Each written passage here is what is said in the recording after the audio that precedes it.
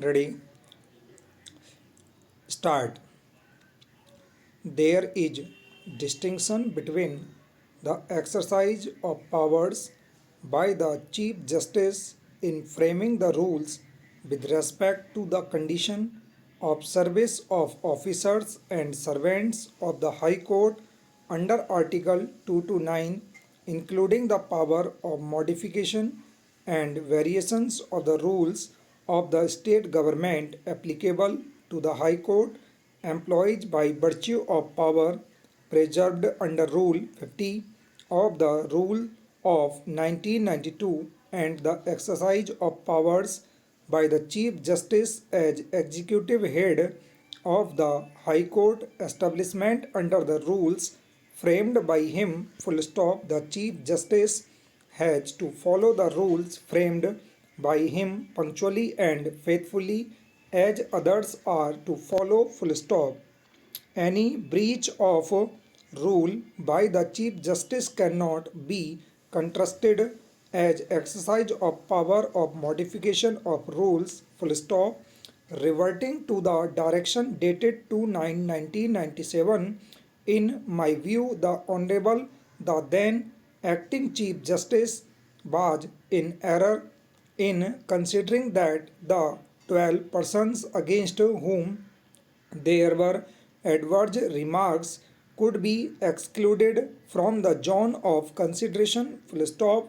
What is the effect of adverse remarks in the ACR was a matter for the selection committee to consider. Full stop. A person cannot be excluded from the zone of consideration for the reason that there is adverse entry. Full stop.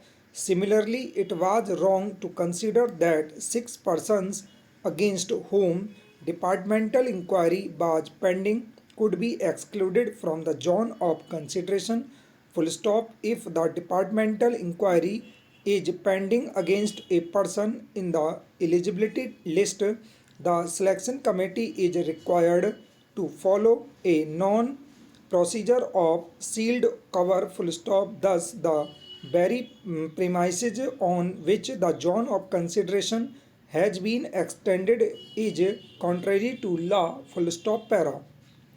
It is stated that up to 1979 promotions were given on the basis of seniority come merit. Full stop. The merit was considered on the basis of confidential reports and other service record. Full stop.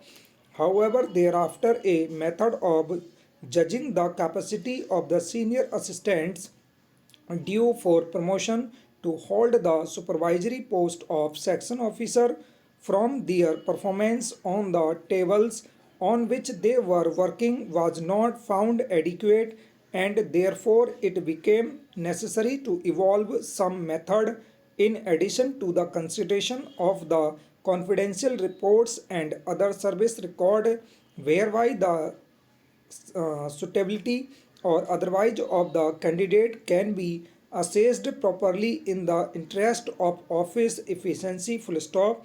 It is also submitted that the system of taking written and oral test to assess suitability or otherwise on a comparative evaluation of eligible candidates thus came into existence after 1979. Full stop. In November 1979, the Honorable, the then Chief Justice, directed to take interview of the assistants concerned and prepare select list in the order of merit. Full stop.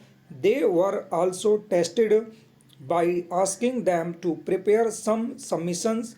Full stop. Thereafter, in the year 1981, written test and oral interview were taken on 31/7/82. Full stop. In para 14, it is stated that the selection committee also considered the adverse reports recorded in the ACR against the candidates. Full stop.